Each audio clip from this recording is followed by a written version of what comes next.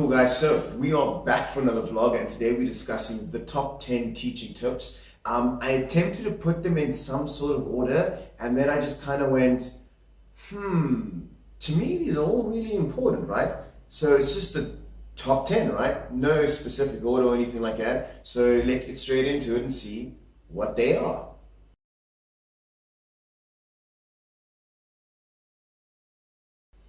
Cool guys, so knowing your role. Now just to start it off with saying teaching is one of the most demanding jobs, or at least in my opinion. And the reason for that is because it's not necessarily a 9 to 5 or an 8 to 6. It's not a set this many hours job, right? And what I mean by that is you'll end up teaching for that many hours every single day, so that is set. But then after that, after hours, well, you got preparing, you've got setting up, you've got your reviews, you just got a whole bunch of other things that you've got to do, that you've got to fit in your day. So know your role, know what you need to do, when you need to do it, and how you need to do it, okay? Now, the easiest way to do that is ask as many questions as you possibly can.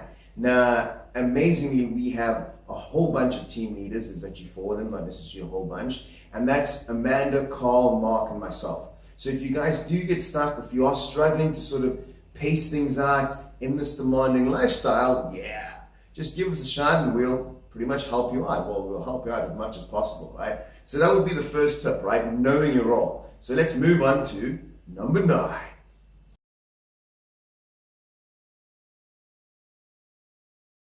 Cool, so tip number 9, the 3 Ps, right? Follow this as if it's your holy grail. Now, what is the 3 Ps? Plan, prepare, and practice. Now, pretty straightforward, but I'm going to go through it anyway, okay? Planning, make sure that you've planned the day before, the hour before, the 2 hours before, whatever it is. I wouldn't go more than a day before because you don't know whether your Brady has other bookings with other buddies, which means you might prepare something that's on your list, but then at 5 o'clock when the review comes in, well, their class changes and now you're going to replan, right? Replan for that lesson. So make sure that you're planning, well, an hour, 2 hours before or the day before, okay? Now prepare. What I mean by that is if you need certain props, certain food, certain items, make sure that you've got that there before the lesson starts, or it's in the vicinity, okay? I don't want to be talking about a banana and I go, could have sworn I had that banana. Did I eat it? And now you kind of like lose your train of thought. The Brady looks at you as if you've gone a little bit nutty and now your class just goes downhill from there, okay? So just make sure that you're 100% prepared. Whatever you need, you've got in the classroom or in that vicinity, okay? And then the last one, practice. There's no point going, I've got this amazing plan, I've got everything prepared, everything's right there, it's within arm's reach, but I haven't looked at it once or I haven't worked out how I'm going to say things. So just make sure that you, that you practice what you prepared and what you planned as well, right? So again, the 3 Ps at number 9. And let's go on to number 8.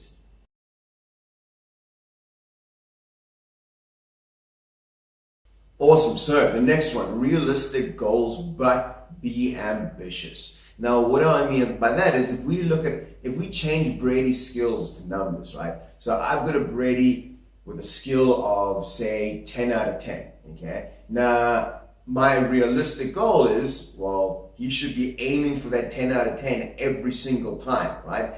Ambitious, maybe I'll make him strive for like an 11 out of 10, just to push him that much more.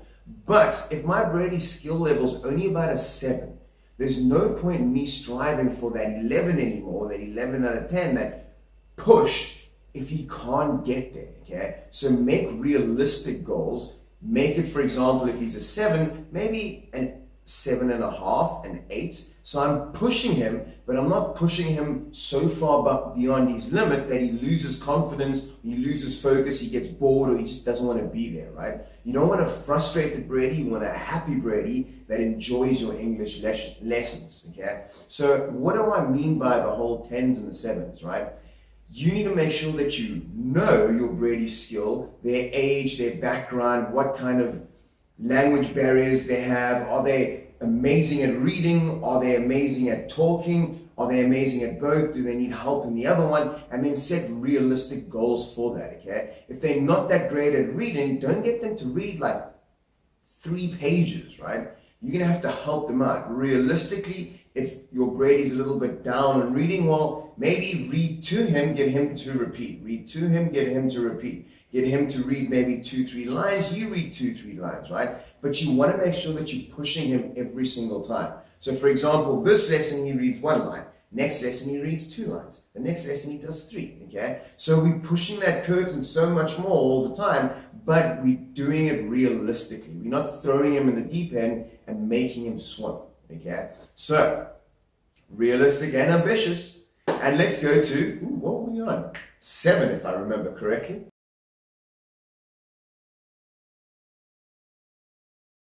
Cool, so at number 7, we've got motivation. Now, as a teacher, this is probably one of the most important things that you possibly can do. I should say, not possibly can, that doesn't really make sense. But anyway, back to the vlog. What was I saying? There we go, motivation, right? So make sure that you're motivating your learners. Now, each learner will be motivated in a different way. It's up to us to figure out what they like, what they enjoy, and use that to actually motivate them as much as we possibly can.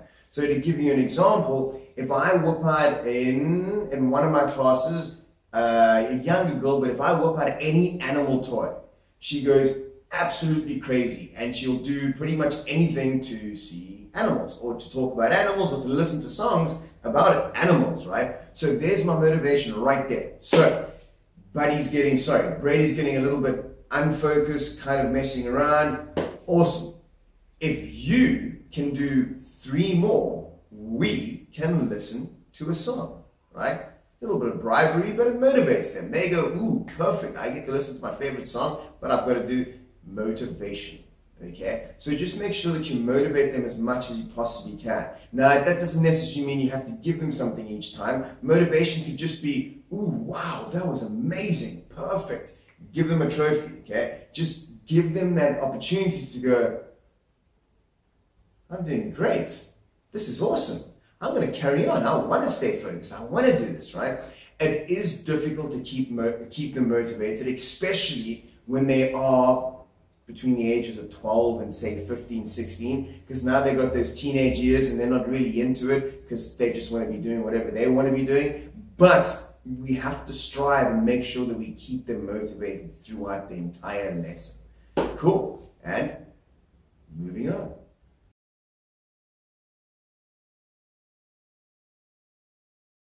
Cool, guys. Support.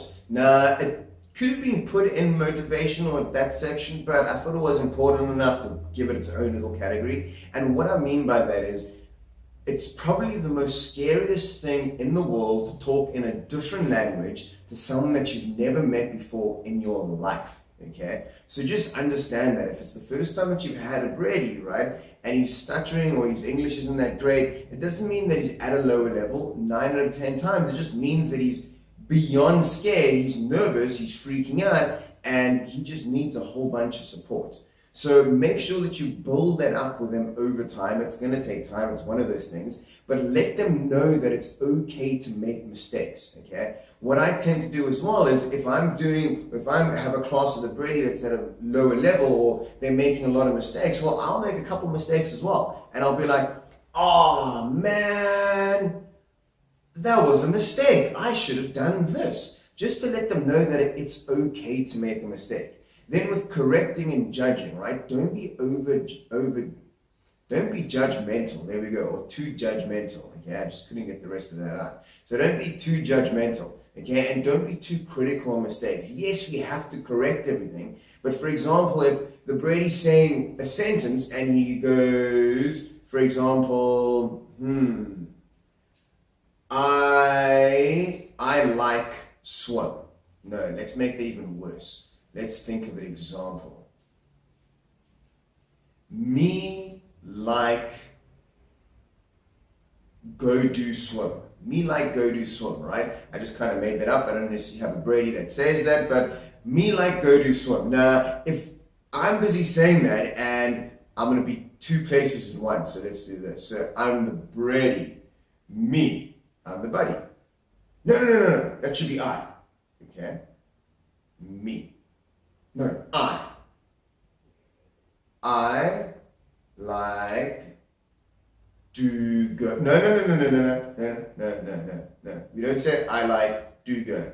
You either like doing or you like to go. Which one is it? And now the brain is like freaking out, right? So don't be overcritical like that. What I generally do is I let them say the sentence, let them say what they want to say. And then what I'll do on the whiteboard is actually type it up. And then I'll go, well, this could change. Do you know what it could change to? This word needs a little bit of an extra add-on, right? Do you know what we could add on to that? And then that way they go, well, I did say it wrong. I'm not being moaned at. I'm not being shouted at. I'm correcting my own mistake. Well, I must know what I'm doing, right? And now you're supporting them, okay? Give them the illusion that they're correcting themselves and everything works out amazing. Perfect. So with that, let's move on to the next part.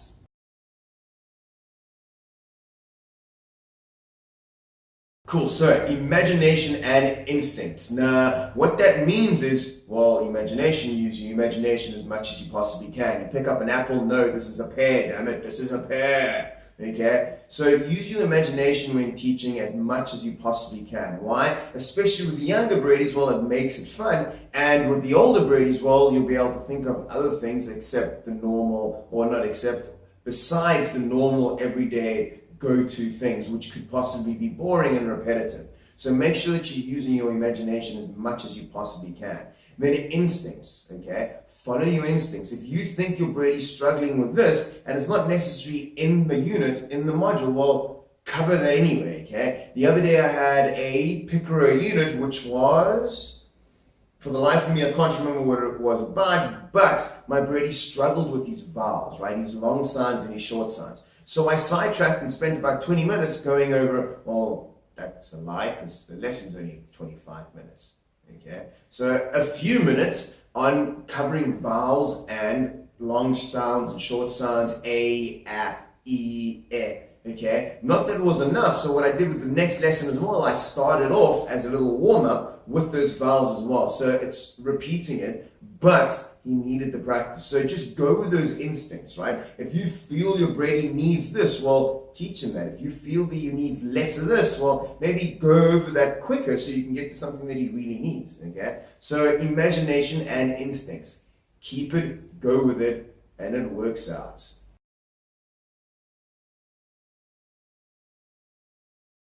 Use of props. Now, some buddies use props, some of them don't, some of them use loads of them, some of them use maybe one or two. However, there's a massive benefit to using props, whether it's 1, 2, 3, or however many you're using, okay? Now, this can open up conversations. It can get a shy, introverted Brady to actually open up and talk, right? That, like I said earlier, they might not want to talk, or they might be scared to talk to some random stranger, right, that they've never met before. However, if you whip out Mary the Teddy, okay, it's so much easier because it's not necessarily a person they're talking to. They're using their imagination, and it's this little fuzzy bear that they're having a conversation to.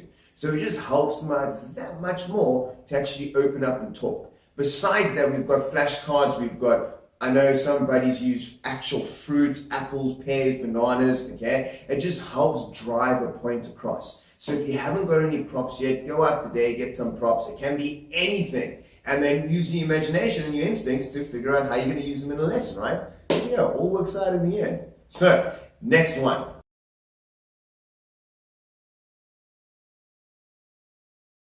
Perfect. So, at our 9th place, which is actually our 2nd place because we are going backwards, we are looking at letting your Brady know what your expectations are. So whatever you have or whatever you're doing in the class, just make sure that your expectations are clear, okay? Now what that means is if you're reading the book, well, or reading an extension in CGE, well, your expectation is to get through the book. So today we are going to read this book and answer some questions on it at the end. So now your Brady knows what is expected of him. In a Picaro module, if you think about it, on the first slide at the bottom on the right, where it says the topic unit, and there's other one underneath there, which I can't remember at this point in time, but just above that, it tells you what the actual topic is about, right? It'll say maybe days of the week, it'll say what can I do, or it'll give you the name of the actual topic. So what you can do just to introduce it is, today we're going to look at blah, blah, blah. Today we're going to look at such and such and such, okay? That way your brain knows, okay, cool, I know what I'm doing, okay? Today we're going to look at days of the week. I know days of the week. This is going to be awesome. And now he's already set in and now he's thinking about days of the week before you even started, okay? So, or the other side of that is before I go, right? It could be, days of the week. And your brain goes, I don't necessarily know days of the week. Maybe I should focus. Okay, so just let them know your expectations, let them know what's actually happening in the lesson, let them know what you want them to do, okay? That way they know what's expected of them and they know what they should expect from you, okay? Perfect, so let's go to number 1.